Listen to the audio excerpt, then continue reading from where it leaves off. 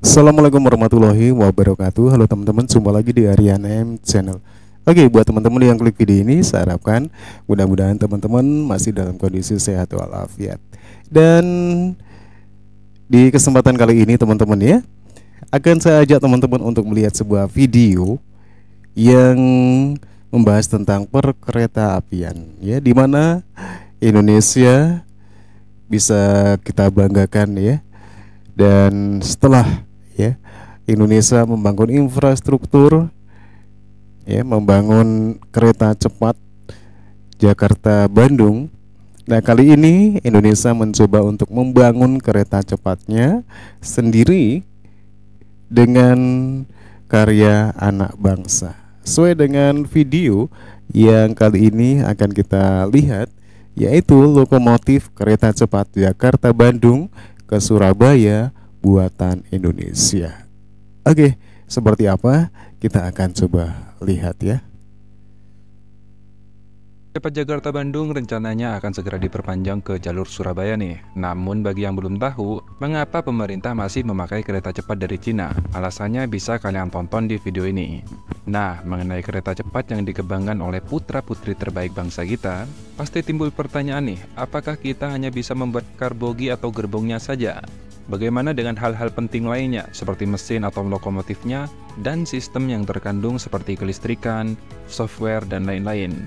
Tanpa banyak bacot, yuk kita cari tahu seberapa mampu kita menghadapi persaingan global ke depan seperti apa ya? ini. Sebelum ke topik masalah, jauh-jauh hari sebenarnya pemerintah sudah membuat roadmap untuk pembangunan jalur kereta, bukan hanya di Pulau Jawa, tapi di seluruh pulau-pulau besar di Indonesia. Kita mulai dari ujung barat dulu. Menurut Ditjen Perkeretaapian Kementerian Perhubungan, sejak 2011 pemerintah sudah menyiapkan roadmap untuk membangun jalur kereta di Pulau Sumatera, mulai dari ujung Aceh tersambung hingga Lampung. Sedangkan di Pulau Kalimantan, dimulai dari Palangka, Banjarmasin, Banjarbaru, Ujung, Pangkotkuara, Balikpapan, dan berakhir di Samarinda. Di Pulau Sulawesi, mulai dari ujung Manado, melewati Tomohon, Gorontalo, Palu, Mamuju, Majene, Polewali, Parepare, Makassar, dan berakhir di Bulukumba. Di Pulau Papua mulai dari Sorong, di Papua juga ada ya, Nabire, Sarmi, dan berakhir di Jayapura. Dan terakhir di Pulau Bali, mulai dari Panguniman, Negara, Denpasar, hingga ke Kuta Selatan. Namun jalur di Denpasar bercabang ke Gianyar dan berakhir di Manggis. Sebenarnya Batam juga masuk dalam roadmap, tapi sepertinya bukan jalur kereta, tapi jalur semacam LRT atau MRT, atau khusus untuk penumpang. Sekali lagi biar gak dibilang ngada-ngada nih, info yang admin dapatkan dari Rencana Induk Perkeretaapian Nasional atau RIPNAS tahun 2030. Untuk menjaga keberlangsungan proyek ini, bahkan pemerintah mengamanatkan Undang-Undang Nomor 23 Tahun 2007 tentang perkeretaapian. Pertanyaannya, pasti yang muncul kenapa harus bangun jalur kereta? Apa nggak cukup tuh jalan tol? Sebenarnya konsep awal kereta itu bukan untuk transportasi, tapi untuk jalur distribusi barang. Namun seiring dengan berkembangnya waktu, justru kereta alat transportasi darat yang paling efisien untuk jarak jauh. Jadi, pembangunan jalur kereta jangan hanya melihat jumlah penumpang, tapi juga perhatikan jalur distribusi barang. Contoh yang paling kuno deh, dulu Belanda membangun jalur kereta bukan untuk penumpang, mana ada zaman dulu penumpang, tapi untuk mempermudah angkutan komoditas ekspor hasil tanam paksa. Karena muatnya banyak. Dari itu, jalur kereta nantinya akan mengurangi gap harga. Misalnya nih, gak usah jauh-jauh ngambil contoh. Bandingkan saja harga sekali makan di Banjarmasin dengan di Palangka dan Samarinda. Tentu di Banjarmasin lebih murah. Ya, karena jalur distribusi dari Jawa yang pertama kali menerima di Pulau Kalimantan, Banjarmasin. Kalau biaya logistik ke Palangka dan ke Samarinda mahal, tentu mustahil harganya bisa setara, bro. Dalam hal ini tentu alat transportasi massal darat yang mampu membawa barang dengan jumlah banyak sekali berangkat, apalagi pilihannya kalau bukan kereta. Sebagai gambaran, satu gerbong kereta bisa mengangkut 50 ton atau seukuran 2 truk kontainer 40 feet yang rodanya 12 itu loh, kiri kanan 6 kanan. Sedangkan satu lokomotif saja mampu menarik hingga 30 gerbong. Tapi kalau di Indonesia rata-rata masih 10 hingga 13 gerbong. Nah, selama ini kita masih berkaca ke negara-negara tetangga kita di ASEAN. Kita tidak sadar kalau wilayah kita itu sangat luas. Mereka berfokus pada infrastruktur seperti jalan, dan kita coba untuk mengikuti mereka. Padahal, luas negara kita ya kalian tahu sendirilah. Bukan tol itu nggak penting, ya penting juga untuk distribusi antar kota, tapi bagaimana dengan distribusi antar provinsi? Sehingga, bila dibandingkan dengan Singapura, Thailand, Vietnam, Malaysia, biaya logistik di negara kita cenderung lebih mahal. Berdasarkan perhitungan Badan Perencana Pembangunan Nasional atau Bappenas, biaya logistik di Indonesia pada 2023 mencapai 23,5% dari produk domestik bruto. Artinya, kita telah kehilangan sekitar 4.582 triliun setiap tahunnya, bro.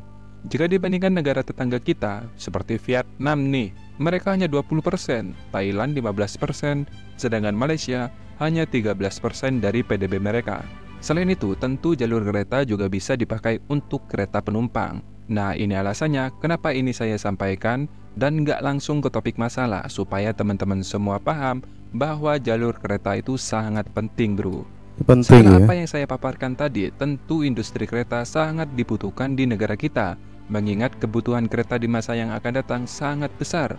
Jangan sampai kita dimanfaatkan oleh pihak asing dan hanya menjadi pasar bagi industri mereka, khususnya kereta.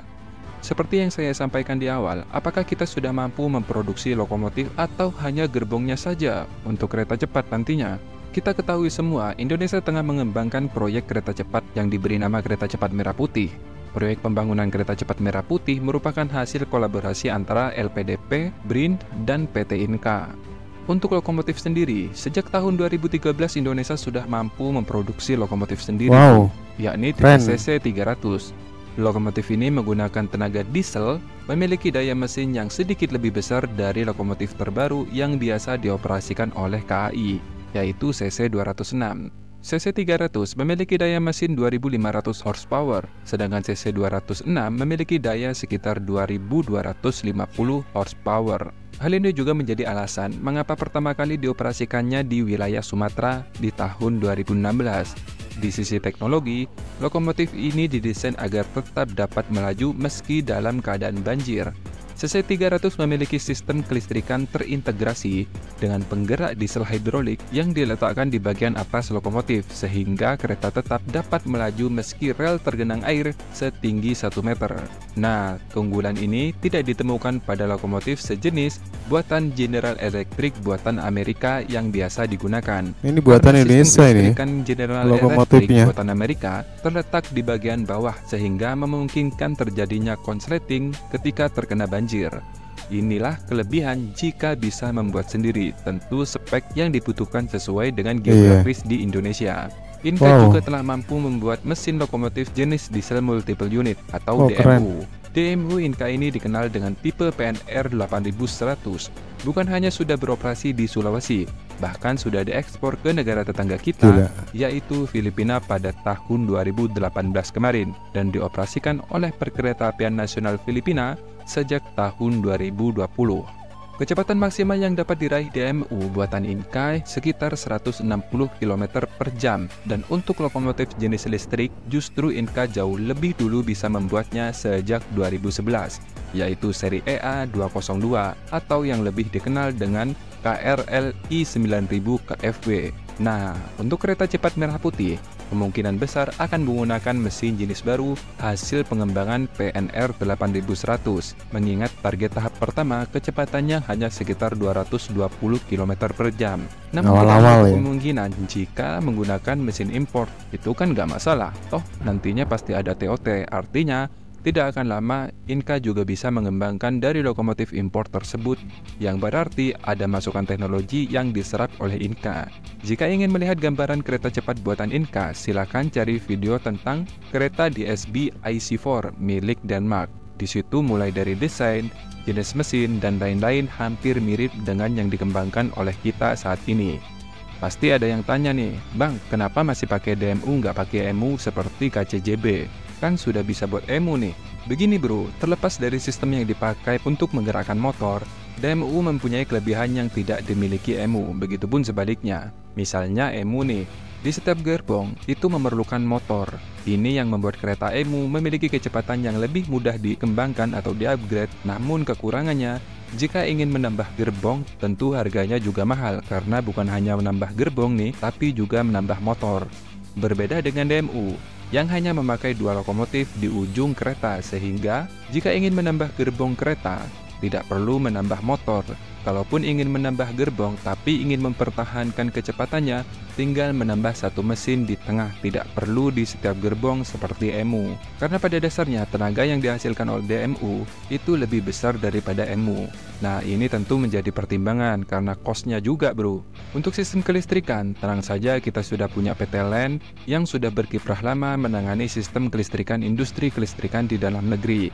Mulai dari sistem traksi 1 seperti Triple VF dan SIV, hingga sistem traksi 2 seperti COS Box, brake resistor, MSB, dan filter reaktor. Bahkan nih, gardu traksi pun PT LEN sudah mampu, bro. Nah, yang menjadi masalah sekarang yaitu sistem elektroniknya, karena memang saat ini yang memiliki teknologi ini hanya Jerman. Bahkan KJJP pun masih ada yang bukan hanya KJJP, kereta elektroniknya cepat yang ya ada di Cina saat ini dan kereta cepat yang ada di Eropa masih menggunakan sistem elektronik dari Siemens. Nah, semoga informasi ini bermanfaat. Terima kasih. Oke teman-teman ya, demikian ya satu penjelasan di mana Indonesia mulai mengembangkan perkereta apian dan membangun jalur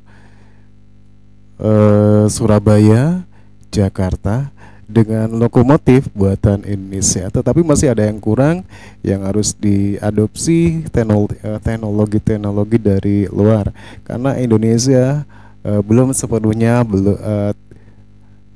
memenuhi ya kebutuhan untuk bisa membuat kereta api 100% memang hasil dari rekayasa anak bangsa.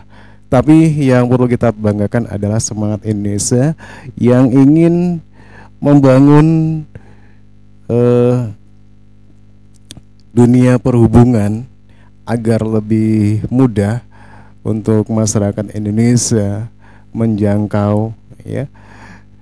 Ini sangat kita apresiasi ya, dimana semakin kesini Indonesia dengan segala pembangunannya, baik di infrastruktur, teknologinya, ya lumayan ya. Bahkan tadi sempat kereta api diekspor ke Vietnam, ke mana?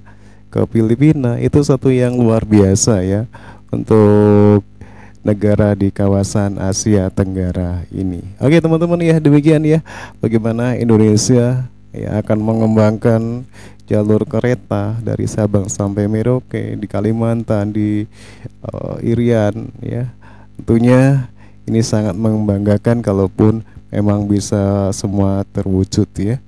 Terima kasih, silakan teman-teman bisa berkomentar dan sampai jumpa lagi di video berikutnya. Wassalamualaikum warahmatullahi wabarakatuh.